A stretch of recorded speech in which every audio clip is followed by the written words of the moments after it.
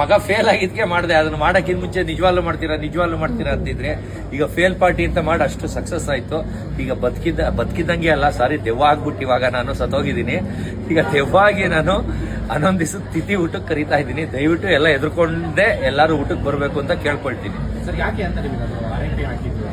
ಖುಷಿಗೆ ಸರ್. ನೀವು ಗಿಲ್ಲಿ ಆಪೋಸಿಟ್ ಏನಾದ್ರು ಮಾತಾಡೋದು? ಇಲ್ಲಪ್ಪ, ಅವ್ನಿಗೆ ಇನ್ನು ಕಡಿಮೆ, ಇನ್ನು ಜಾಸ್ತಿ ಮಾತಾಡ್ತೀನಿ. ಅವನು ಸೋತ್ ಬಂದ್ಮೇಲೆ ನಾನು ಆಮೇಲೆ ಮಾತಾಡ್ತೀನಿ. ಗಿಲ್ಲಿ ಸೋಲ್ತಾರೆ ಅಂತ ನಿಮ್ಗೆ ಏನು ಕಾನ್ಫಿಡೆನ್ಸ್? 100% ಅವ್ನು ಗೆದ್ದು ಬಿಟ್ರೆ ಅವ್ನ ಕಾಲ್ ಕೆಳಗೆ ಹೋಗ್ತೀನಿ. ನಿನ್ನೆ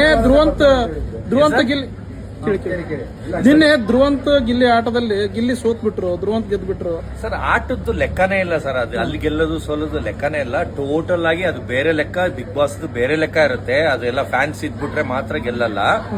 ಎಲ್ಲ ಆಚೆ ಬಂದ್ಮೇಲೆ ಗೊತ್ತಾಗುತ್ತೆ.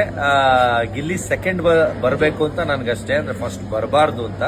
ಸೆಕೆಂಡ್ ಬಂದ್ರು ನಂಗೆ ಸೋತಂಗೆ ಲೆಕ್ಕ. ನಂಗೆ ಫಸ್ಟ್ ಬಂದು ಅಶ್ವಿನಿ ಗೌಡ ಅವರು, ರಕ್ಷಿತ್ ಅವ್ರು ಬರ್ಬೇಕನ್ನೋದು ಆಸೆ ನಾನು.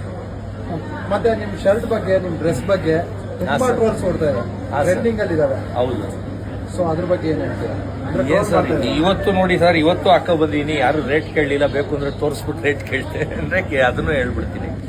ಮೊನ್ನೆ ಎಲ್ಲ ಟ್ಯಾಗ್ ಕಿತ್ತಾಕ್ದೆ ತಗೊಂಡ್ ಬಂದಿದ್ದೆ. ಇವತ್ತು ಕಿತ್ತಾಕ್ಬಿಟ್ಟಿದೀನಿ. ತೋರ್ಸಕ್ಕೆ ಏನು ಇಲ್ಲ. ಇಲ್ಲ ಟ್ಯಾಗ್ ಇದ್ರೆ ಅದು ಚೈನಾದು ತೋರಿಸ್ತಾ ಇದ್ದೆ. ಇದು ಚೈನಾ ಇಂಪೋರ್ಟು, ಅಲ್ಲಿಂದ ತರಿಸಿರೋದು.